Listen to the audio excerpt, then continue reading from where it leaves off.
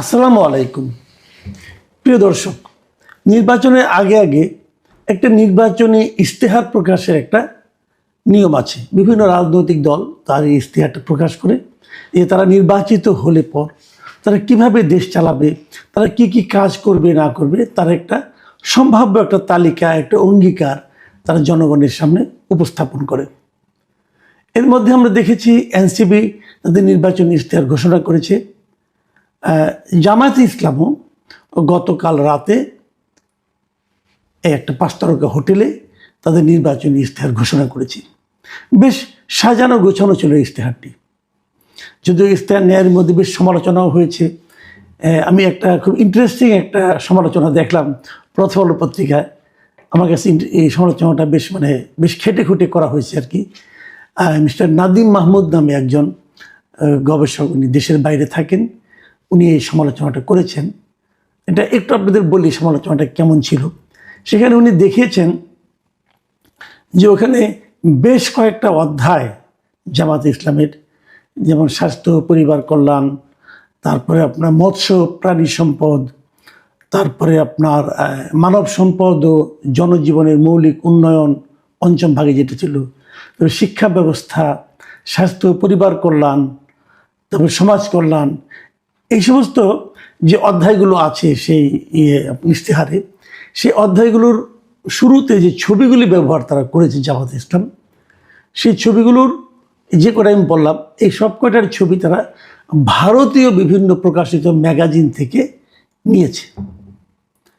ভারতের কোনো না কোনো অনুষ্ঠানে এরকম একটা ছবি হয়েছিল, ভারতের কোনো না কোনো অনুষ্ঠানের যে সুভেনির ছিল সেখানে এই ছবিগুলো ব্যবহার করা হয়েছিল।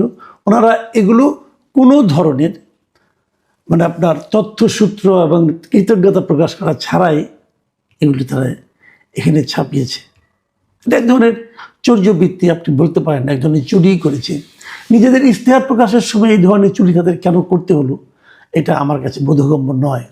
এবং এখানে প্রত্যেকটা জায়গায় যেখানে নারীর ছবি আছে, একটাতে দেখা যাচ্ছে একজন লেডি ডাক্তার একজন নারীর একটা বাচ্চা মেয়েরকে স্টেথোস্কোপ দিয়ে দেখছেন, এবং তারপর আরেক জায়গায় দেখা যাচ্ছে যে গার্মেন্টস শ্রমিকরা কাজ করছেন। যে নারীর যে ছবিগুলি দেখা আছে, জামাতের যারা লিডার আছেন, মহিলা লিডার, নারী লিডার, এবং জামাত যেহেতু পর্দা প্রথায় বিশ্বাস করে তারা পর্দা দিয়ে চলে, কিন্তু এখানে হিজাব ছাড়াই নারীদের ছবিও দেখলাম। ওখানে যেভাবে ছিল ভারতের ওই ছবিটাতে, তারা হুবহু সেটা এখানে জাস্ট মেরে দিয়েছে। তো এটা জামাতের এক ধরনের দীনতা, আমি মনে করব দৈন্য একটা ব্যাপার। দরকার ছিল না তো, আমাদের দেশে তো এরকম তাদের দিয়ে ছবি তুলতো, হিজাব পরা, বোরকা পরা, এই ধরনের পর্দানশীল মহিলাদের ছবি হিসেবে দেওয়া যেতে পারত। তো আধুনিকতাও করবেন, আবার পর্দার কথাও বলবেন, এটা কেমন? তো এই জায়গাটাতে আমার মনে হয়েছে যে খুবই একটা তারা প্রকাশগত একটা দুর্বলতা তারা দেখিয়েছে। এটা আমি বললাম যে আজকে আমি প্রথম আলোতে পড়লাম, চোখে পড়লো, এই জন্য বললাম। ওরা একদম খুঁজে খুঁজে বের করেছে ছবিগুলো। আমি দেখেছি, আমার কাছে একটু খটকে লেগেছিল, কিন্তু কোথার থেকে চুরি করেছে, কোথার থেকে নিয়েছে, এটা তার আমি আসলে বুঝতে পারিনি। কিন্তু নাদিম মাহমুদ সাহেবকে ধন্যবাদ জানাচ্ছি যে উনি অনেক খুঁজে খেটে এগুলি বের করেছেন একদিনের মাথায়।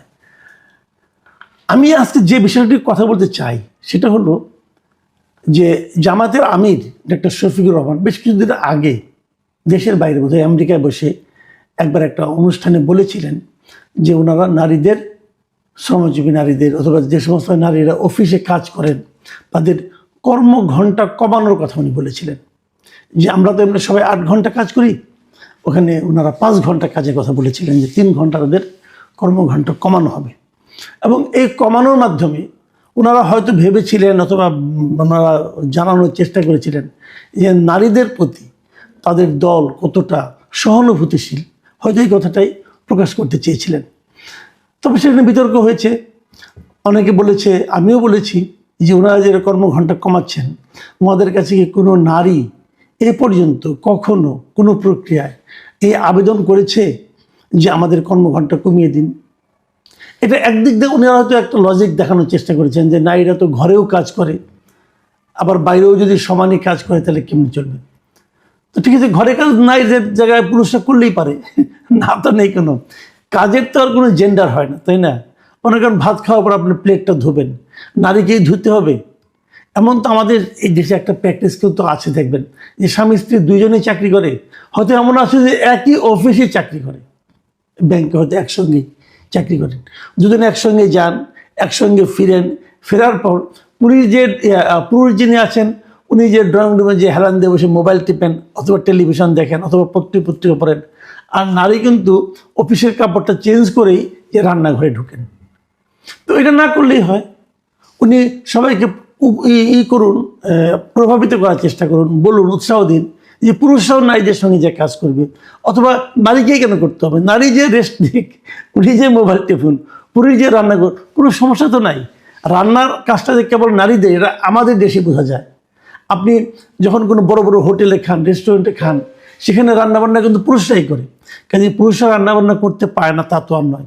যাই হোক, সেটা আলোচনা না। আলোচনার বিষয় হলো যে এই যে নারীদের কর্মঘণ্টা কমানোর যে ব্যাপারটা, এইটা আবদারটা কে করেছিল ওনার কাছে? কেউ করেনি। এবং বলার চেষ্টা করা হলো যে 3 ঘন্টা কমালে মেয়েদের জন্য একটা উপকার হবে, নারীরা এরকম সুবিধা পাবে, কিন্তু আসলে কি তাই পাবে? আমি অনেক অফিসে জানি যে এমনিতে আপনি দেখবেন যে নারী পুরুষ সমান চাকরি কিন্তু হয় না। আপনি দেখবেন অফিসে নারীর সংখ্যা কম, যে কোনো বেসরকারি অফিস বলেন, সরকারি অফিস বলেন, পুরুষের তুলনায় নারীর সংখ্যা কিন্তু কম, নারী কর্মীদের সংখ্যা কম। বেসরকারি অফিসে তো আমি দেখেছি যে তারা নারী কর্মীদেরকে নিতেও চান না, অনাগ্রহ। আমি নিজে অনেক অনেক মিডিয়াতে চাকরি করেছি, আমি দেখেছি মিডিয়ার বড় বড় মালিকদেরকে, কর্তাদেরকে রিক্রুটমেন্টের সময় বলতে যে দেখবেন যেন মেয়েকে কম নেওয়া যায়। ধরেন 30 জন রিপোর্টার আছে, আমি যখন মিডিয়াতে ছিলাম, 30 জন রিপোর্টারের মধ্যে বলা হলো যে ঠিক আছে 4 জন 5 জনের বেশি নারী নিয়েন না। এবং রেশিওটা এরকমই হয়। আপনার টেলিভিশনের রিপোর্টার দেখবেন, পত্রিকায় দেখবেন, যদি 30 জন অথবা 40 জন রিপোর্টার থাকে, 30 জনের মধ্যে 6-7 জনের বেশি নারী পাবেন না আপনি। এর কারণটা কি? এর কারণটা হলো তাদেরকে মালিক পক্ষ অথবা ওনারা বলার চেষ্টা করেন যদি একজন নারীকে নেওয়া হয় তাহলে ওনার মনে করেন শারীরিকভাবে ধরেন যখন সন্তান হবে তখন তাকে আবার বেশ কয়েক মাস মাতৃত্বকালীন ছুটি দিতে হয়, এটা তারা দিতে আগ্রহী না। তারা বলবেন তখন সময়টা তারা বসে বসে বেতন নেবে, অতএব নারী আমরা নিব না, কম নিব। তো এইভাবে যখন আপনি ভাববেন তখন এই সমস্যাগুলি কিন্তু আসলে তৈরি হয়। তাহলে এমনি নারীদেরকে নিতে চান না, তার মধ্যে যখন আপনি কর্মঘণ্টা কমিয়ে দিবেন তখন তো মেয়েদেরকে আরও নিতে চাইবে না, বলবে কি যে ওনাকে যদি আমি নেই তাহলে তো ওনার কাছ থেকে আমি 5 ঘন্টার কাজ পাবো, তার কাছ থেকে আমি 8 ঘন্টার কাজ পাবো না, তাহলে তাকে আমি নেবো কেন? এই বিষয়গুলো কিন্তু আসবে। তাতে কি হবে? আপনি নারীদের কর্মঘণ্টা কমিয়ে আসলে নারীদের অংশগ্রহণটাই কমিয়ে দিচ্ছেন। কাজেই এটা খুব প্র্যাকটিক্যাল কোনো চিন্তা না, এবং এটা মানে সারা দুনিয়াতে গ্রহণযোগ্য কোনো চিন্তাও কিন্তু হবে না।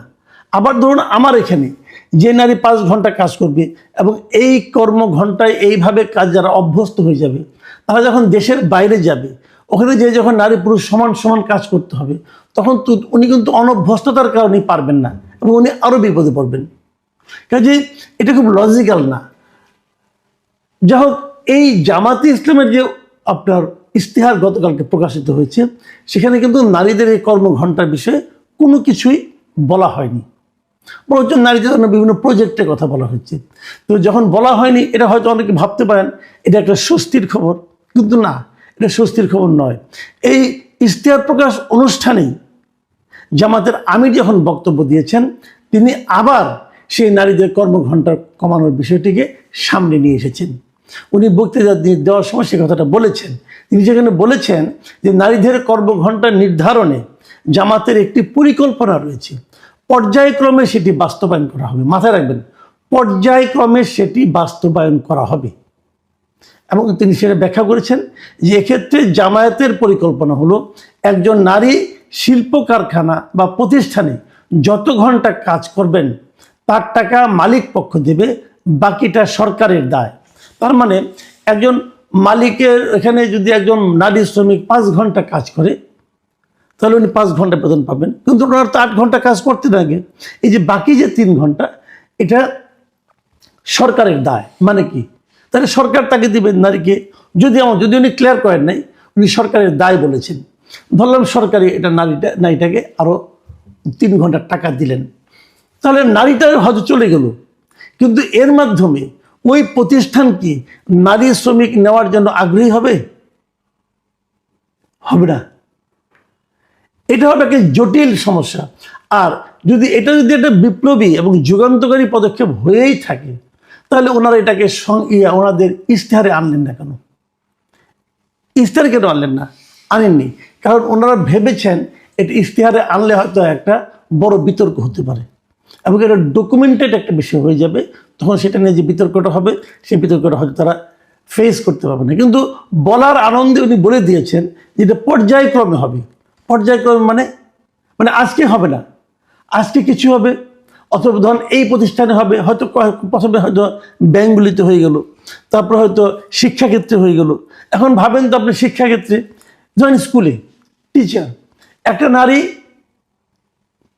5 ঘন্টা পরে চলে গেল, তাহলে স্কুলের কি হবে? যারা স্টুডেন্ট তাদের কি হবে? ওখানে যারা নারী শিক্ষার্থী তারাও কি কম পড়বে?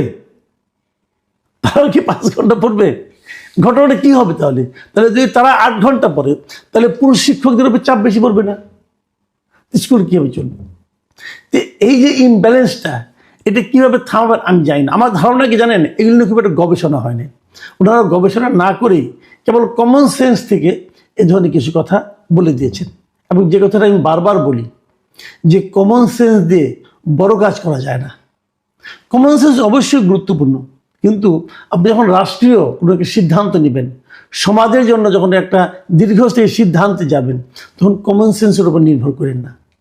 ডাক্তার শফিকুর রহমান আমার ধারণা সেই কাজটাই করেছেন, এবং হয়তো ওনার মনে এটা আছে। উনি হয়তো দলকে খাওয়াতে পারছেন কিনা জানি না, তাহলে উনি বারবার ওটা আবার বলছেন কেন? এবং এটার মধ্যে আমি একটা অভিসন্ধিও দেখি।